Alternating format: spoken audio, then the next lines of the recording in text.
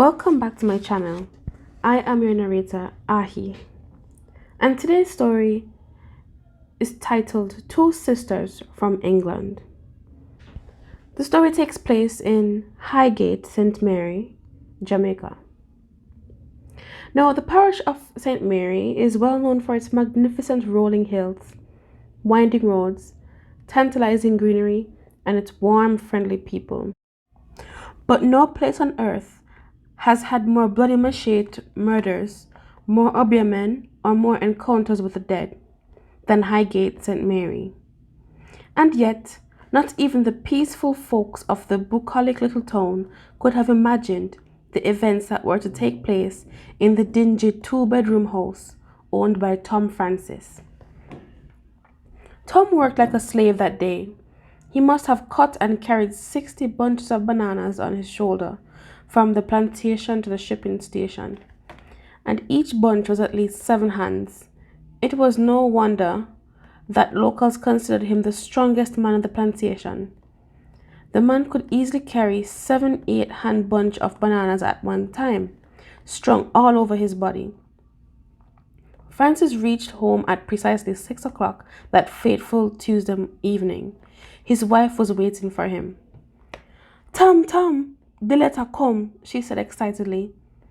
Which letter? This letter. Her outstretched hands contained a blue overseas envelope. Tom, who couldn't read a word, made no attempt to take it. Whose letter? It came from Mama. Tom stared at her for a moment, then briskly mounted the stairs, his massive frame bearing down mercilessly on the wooden steps. On the 4th flight, he sat heavily, the sun-baked stare hollering in protest. What she have to say?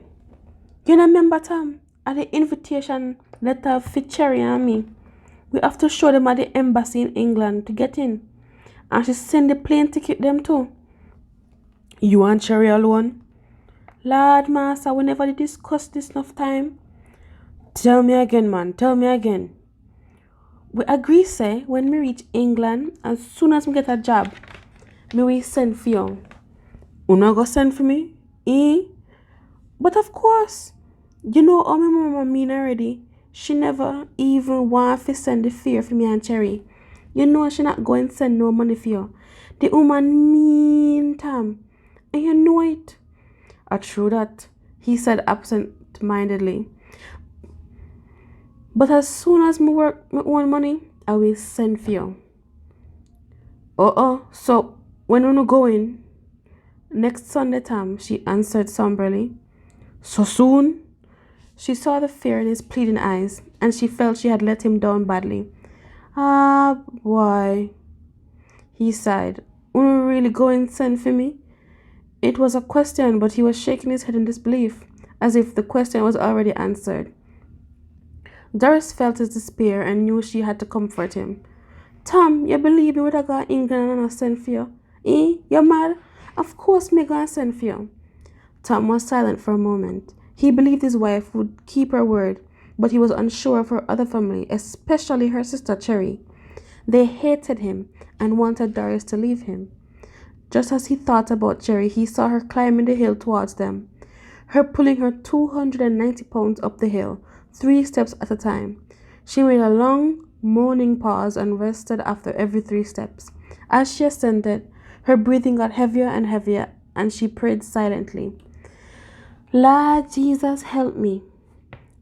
Tom smiled as he watched her. He was secretly hoping she would drop dead before reaching the house.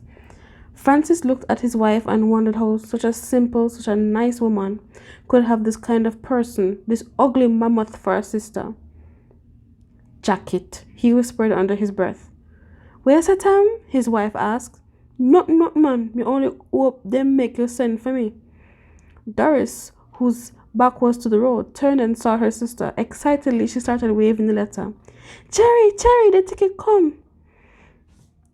Thank you, lad, thank you, Cherry responded, trying to move faster so she could retrieve the letter her sister was excitedly waving. Breathing like a mule, she finally caught up to her sister and grabbed the letter. No one would believe Cherry was the younger sister. At age 29, she ate far too much and she was lazy. I can't wait till next Sunday, she said with abject glee. But Doris had lost her excitement. She felt really sorry for Tom. He looked at them both, wanting his wife to stay as much as he wanted her to leave. He missed Doris already. This healthy 5'9", 150-pound black woman. He loved her shapely figure, her full breasts and easy gait. Most men in Highgate believed she was a fine woman with her dark chocolate skin and short jet black hair. Some say her backside was too large, but Tom liked it very much. Thank you. Cherry finished reading the letter and smiled. She looked at Tom and jeered. Tom, are you alone I go stay in the house when me gone? Don't carry any woman in here, here, or we're not going to send for you. Tom stared balefully at her, refusing to give her the pleasure of a reply. He hated the big fat slob. Again, he looked at his wife. A slow smile crept across his face. She was the much, much better choice. Doris was not only more beautiful, but kinder and gentler. He knew he loved her though. He sometimes got angry and beat her, but she loved him too, because she always forgave him. Then he hung his head as heaviness crept across his heart. One day she would get her revenge for all those beatings though, for now he wanted nothing more than to have her with him. The heaviness weighed tons at the thought of her leaving for England. The troublemaking Sister Cherry and her mother was intent on taking her away from him, and there was nothing he could do to stop them. Sadly, he hid his big tired frame from the steps and walked unhurriedly towards the back of the two-bedroom house. The two sisters watched him go, passing the outdoor kitchen, moving along the path towards a little latrine built from raw lumber and a few sheets of old zinc. They saw when he stopped at the side of the toilet and urinated, but they did not see when he turned back and entered the kitchen, where the big black yaba pot sat filled to the brim with gungo pea soup. He was about to help himself when he heard them. What you mean you feel bad for leave him? Look how much time him beat you. You're not tired if you make the old crufty man beat you up. Yes, but him don't really mean it, Cherry. Him only get out of control when him drunk. You fool, Doris. As soon as I gone, him a move one of them nasty girl in the house. You think him care? Once him have a woman, him won't even think about you. True. I remember the other day when me catch him and the dirty girl Sonia in the house. But boy, me feel bad to leave him here alone. We have to send for him, Cherry. But when him come for him, have to fend for himself. No, Doris, no. You don't hear Mama say. She don't have him up there. She don't want him at England. Leave him, Doris. Leave him out here. Plenty good man that England. It hard for that, Cherry. It hard. Me and Tama come a long way. Doris, me nah leave ya with you. If you go send for that man, me I go right and tell Mama why me and him nah go England. But Cherry, no sir, over me dead body. Okay, Cherry, alright. But I can't stop me from writing him. Terrible as him is, I must still my husband. Well, I feel business that, retorted Cherry, glad her sister had decided to leave Tom. She was certain Doris would forget him once she reached England. She swaggered out of the room and slumped in the deep wooden chair Tom Francis made. Tom was in a quandary. His heart started beating faster and faster at the thought of his beloved Doris leaving him forever. He couldn't bear the thought, and certainly couldn't let that happen. He looked at the far corner of the kitchen and saw the cutlass where he had placed it between the wall and the post. Suddenly, he was certain of what he had to do. His blood began to boil as anger surged in his chest. He grabbed the machete and ran his fingers across the blade. It was sharp, but he pulled the file from his waist and gave it a few strokes just to make sure it was sharp enough. He ran from the kitchen to the veranda where Cherry was sitting. She saw him and knew. The mad look in his eyes told her everything. She screamed, "No, Tom, no!" But the blade shut off any further sound as it sunk deep in her fat neck like a hot knife through butter. She fell to the floor with a loud thud, blood gushing from her neck. Again, she tried to scream, but only a gargling sound erupted from her blood-filled mouth. Tom saw she was still alive. He seized her hair and twisted her neck in a grotesque way. The machete made a deadly arc, and her head came away from her body in his hand. Immediately he opened his hand, and it fell to the wooden floor, making a muffled sound, flesh and blood splattering on impact, just as Doris came to the door. Tom lunged at her. She turned and ran, but the machete sliced through the air once more, making a deep gash across her bottom. She screamed and begged, but Tom was out of his mind. With rage, he finished the job with a powerful swing to her head. Francis looked around. There was no one in sight. He dragged Cherry's body and head into the house where his wife had fallen. For the next 10 minutes, he sat beside his wife, hugging her and crying. The murderer sank his nose into her warm neck and smelled the delicate scent of jasmine, her favorite perfume. "You shouldn't follow your sister," he wailed. "Look how much we love you, Doris. Doris, Doris," Tom cried until he lost track of time. So deep was his sadness that at first he contemplated killing himself. But depression turned to rage when he looked at Cherry's severed head, and he felt a deep satisfaction in his gut. He felt no pity for her, only disgust.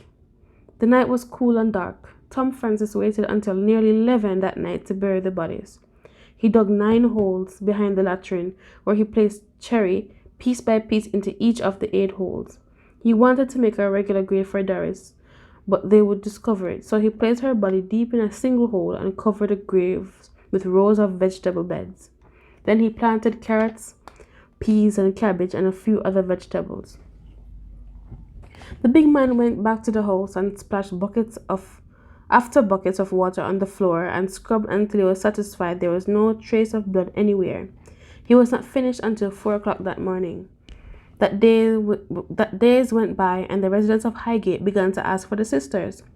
Tom went about his business as usual, carrying banana from the field to the shipping station, explaining that the sisters had gone to England and would soon be sending for him. He sent to the post office and collected 2 letters from his wife's mother. He tore them up and dumped them. As 2 weeks passed, he changed his story, saying that his wife had betrayed him and would not be sending for him again.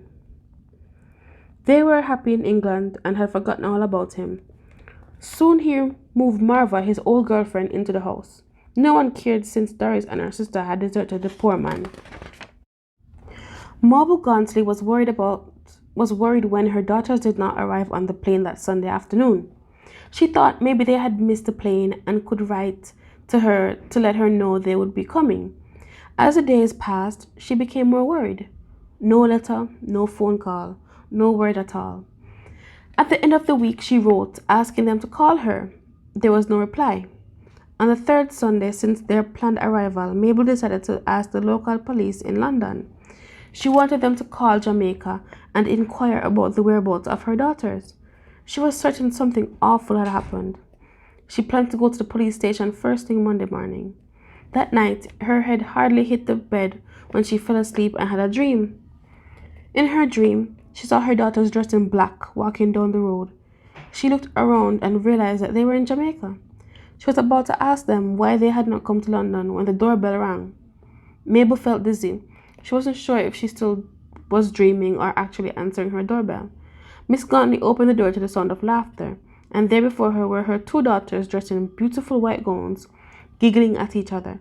She rushed to hug them, just as her youngest daughter's head slid from its body and hit the ground. Mavis screamed, but no sound came from her frozen lips, and she fainted.